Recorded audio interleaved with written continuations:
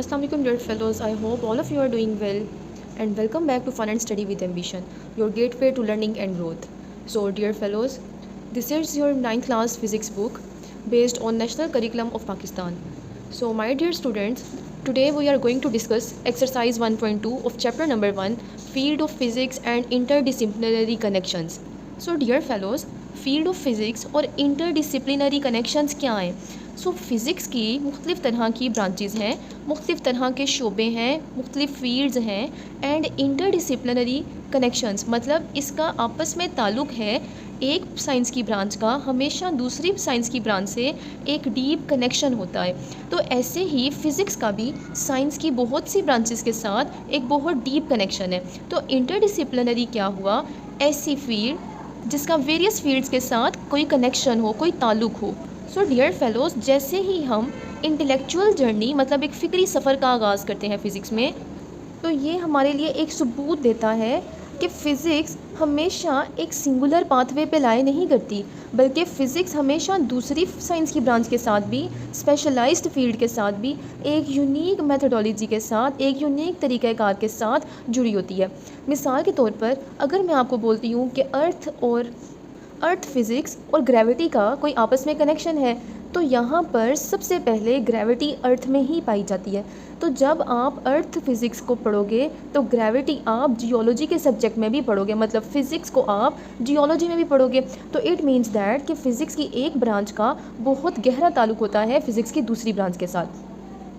Physics में आपको एक वास्ट स्कोप दिया जाता है जिस पर जाके आप स्टडी करते हो और आप ऐसे एरियाज़ को पढ़ते हो जो आपकी पूरी यूनिवर्स में आपकी कॉस्मोलॉजी पर डिपेंड करते हैं। अब कॉस्मोलॉजी क्या है? पहले हमने लेक्चर्स में कॉस्मोस का पढ़ा था। तो जब हमने कॉस्मोस पढ़ा तो कॉस्मोस में ये आता था कि ज़मीन शुरू कब हुई। अगर आप कॉस्मोलॉजी देख रहे हो अर्थ की, तो अर्थ का आगाज़ कब हुआ, कैसे हुआ। फिर ये देखना कि अगर अर्थ है उसमें वक्त के गुजरने के साथ साथ क्या क्या तब्दीलियाँ आई, क्या क्या चेंजेस आए। Side by side earth future में जाके कैसी होगी। इन्वायरमेंटल फैक्टर के लिहाज से देख लेते हैं कि जब आगाज़ हुआ अर्थ का तो अर्थ कैसी थी, इन्वायरमेंट कैसा था। After some duration of time वक्त गुजरता गया तो इन्वायरमेंट कैसा हो गया, और अब फ्यूचर में अर्थ का इन्वायरमेंट कैसा होगा। मतलब हर चीज़ के बारे में डीपन स्टडी करना कॉस्मोलॉजी है। तो वो स्टडी जिसमें आप कॉस्मोस की बेसिस पर कॉस्मोस की स्टडी करते हो एंटायर यूनिवर्स की, उसको कॉस्मोलॉजी कहा जाता है। तो आप कॉस्मोलॉजी में इवन अ मिनट की भी डिटेल्स देते हो और इलस्ट्रेट करते हो by the help of physics. तो इट मीन्स दैट कि फ़िज़िक्स की एक ब्रांच का बहुत गहरा ताल्लुक़ है फ़िज़िक्स की दूसरी ब्रांच के साथ। जैसा कि आपने इस पैराग्राफ में रीड किया कि फ़िज़िक्स की डिफरेंट ब्रांचेज़ हैं और हर ब्रांच का एक ब्रांच का दूसरी ब्रांच के साथ एक कनेक्शन होता है, एक ताल्लुक़ होता है। तो यहाँ फ़िज़िक्स की कुछ ब्रांचेज़ दी गई हैं, अब उनको ब्रीफ करते हैं। So first one is thermal physics. तो my dear fellows, thermal physics हमेशा हीट और टेम्परेचर पर बेस करती है। मतलब हीट और टेम्परेचर के बारे में जब भी आप स्टडी करोगे तो आप थर्मल फिज़िक्स में करोगे। थर्मल फिज़िक्स हीट ट्रांसफ़र के लॉज पर डिपेंड करती है। मतलब हीट एक जगह से दूसरी जगह पर इजीली ट्रांसफ़र हो जाती है और ये थर्मल एनर्जी आप एवरीडे लाइफ के अंदर देखते हो कि हीट एक जगह से दूसरी जगह पर ट्रांसफ़र होती है। जब भी हीट और टेम्परेचर की आप स्टडी करोगे तो ये हमेशा थर्मल फिज़िक्स में आएगा। अब ऑप्टिक्स क्या है? पहले के लेक्चर्स में मैं आपको ऑप्टिक्स के बारे में भी बता चुकी थी, थर्मल फिज़िक्स का भी बताया था, लेकिन ऑप्टिक्स क्या है? ऑप्टिक्स और लाइट। ऑप्टिक्स हमेशा बिहेवियर ऑफ लाइट पे फोकस करती है।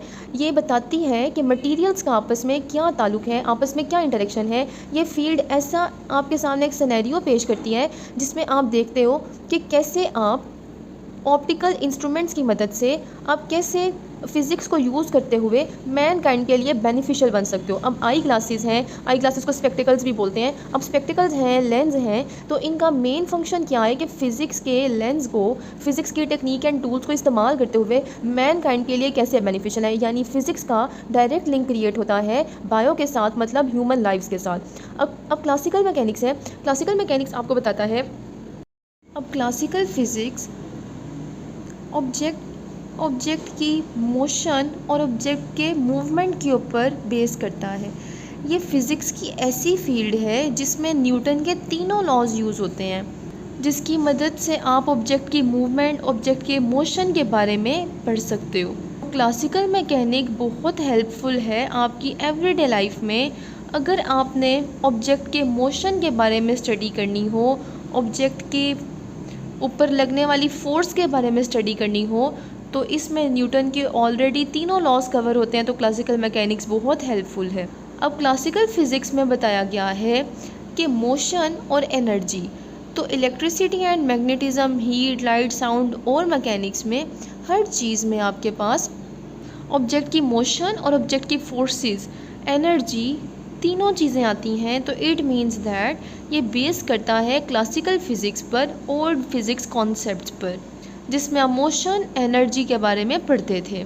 डियर फेलोज़, आई होप आपको थर्मल फिज़िक्स, ऑप्टिक्स और क्लासिकल मैकेनिक्स का कॉन्सेप्ट समझ आ गया होगा। अब हम आगे रीड करते हैं क्वांटम मैकेनिक्स। तो क्वांटम मैकेनिक्स क्या है?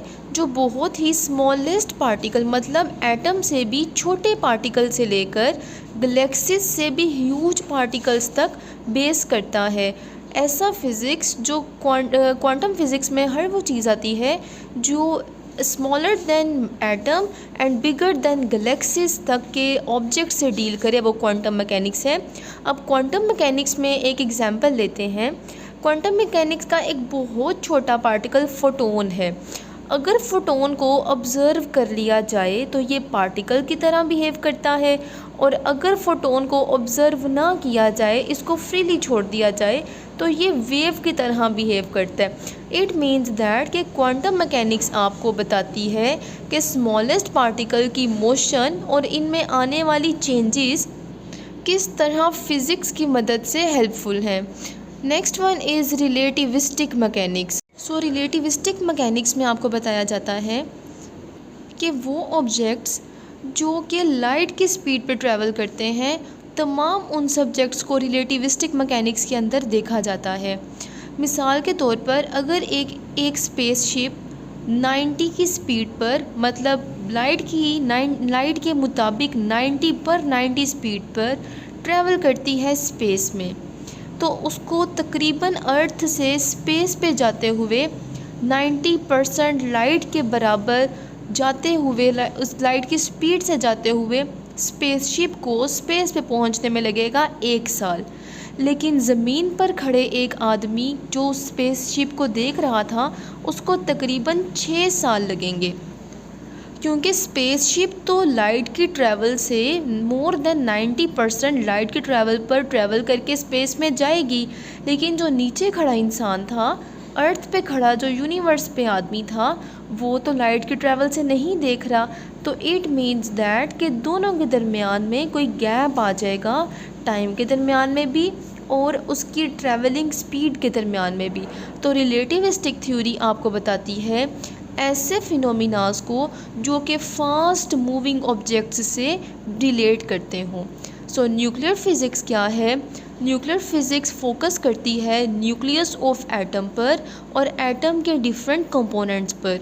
सो माय डियर फेलोज़, अगर आप एटम और एटम से रिलेटेड फर्दर वीडियोस देखना चाहते हैं तो एटम से रिलेटेड वीडियो का लिंक मैं अपनी वीडियो में अपलोड कर दूंगी। आप वहां जाकर एटम और क्वार्क मैटर से रिलेटेड अलग वीडियोस देख सकते हैं। सो न्यूक्लियर फिज़िक्स में आपको बताया जाता है न्यूक्लियर एनर्जी के बारे में, रेडिएशंस और उनकी एप्लीकेशंस के बारे में। Nuclear physics normally atomic energy से बेस करती है, मतलब हमेशा एटॉमिक एनर्जी को डील करती है न्यूक्लियर फिज़िक्स। आगे है पार्टिकल फिज़िक्स।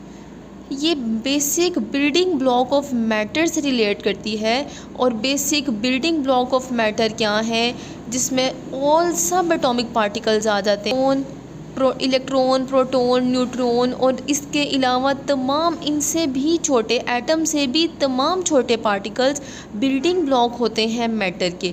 तो ये शेप देते हैं फिज़िकल वर्ल्ड को। Dear fellows, page number 5 exercise 1.2 fields of physics and interdisciplinary connections में आपके पास 2 फ्लो चार्ट्स हैं, जो एक क्लासिकल फ़िज़िक्स मतलब ओल्ड फिज़िक्स कॉन्सेप्ट्स पे है और एक मॉडर्न फिज़िक्स मतलब न्यू फिज़िक्स कॉन्सेप्ट्स पे है। आप इसको अपनी स्क्रीन पे देख सकते हो। सो डियर फेलोज़, जो नेक्स्ट पॉइंट था ब्रांचेस ऑफ फिज़िक्स में, या जिनके साथ फ़िज़िक्स का कोई कनेक्शन था, इंटरडिसिप्लिनरी कनेक्शन था, उसमें सेकेंड लास्ट पॉइंट है आपके पास इलेक्ट्रोमैग्नेटिज़म। इलेक्ट्रोमैग्नेटिज़म एक फ़िज़िकल फिनोमिना है जिसमें इलेक्ट्रिसिटी और मैग्नेटिज़म के दरमियान कोई एक कनेक्शन क्रिएट होता है। मिसाल के तौर पर एक कॉपर वायर, एक तांबे की तार जिसमें के इलेक्ट्रिक करंट प्रोड्यूस होता है, तो अगर उसके अंदर इलेक्ट्रिक करंट प्रोड्यूस होगा तो उसके बाहर का सारा एरिया मैग्नेटिक फील्ड है। मतलब इलेक्ट्रिसिटी और मैग्नेटिज़म का एक आपस में गहरा ताल्लुक़ है। डियर फेलोज़, एकॉस्टिक्स क्या है? एक फ़िज़िकल फिनोमिना है जिसकी मदद से साउंड की क्रिएशन होती है, साउंड ट्रांसफ़र होती है और साउंड की रिसेप्शन होती है। मतलब आप सबसे पहले आवाज़ पैदा होती है, फिर आवाज़ ट्रांसफ़र होती है और फिर आवाज़ रिसीव होती है, आवाज़ की रिसेप्शन होती है। सो डियर फेलोज़, एग्ज़ाम्पल लेते हैं म्यूज़िकल इंस्ट्रूमेंट की।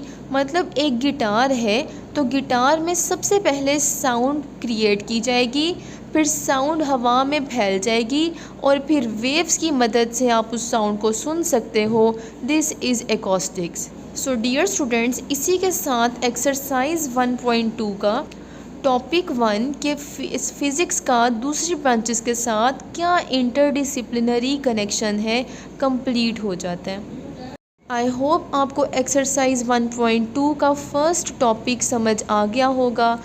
सो make sure to subscribe my channel, like my video, also share with your friends and family. Thanks for watching.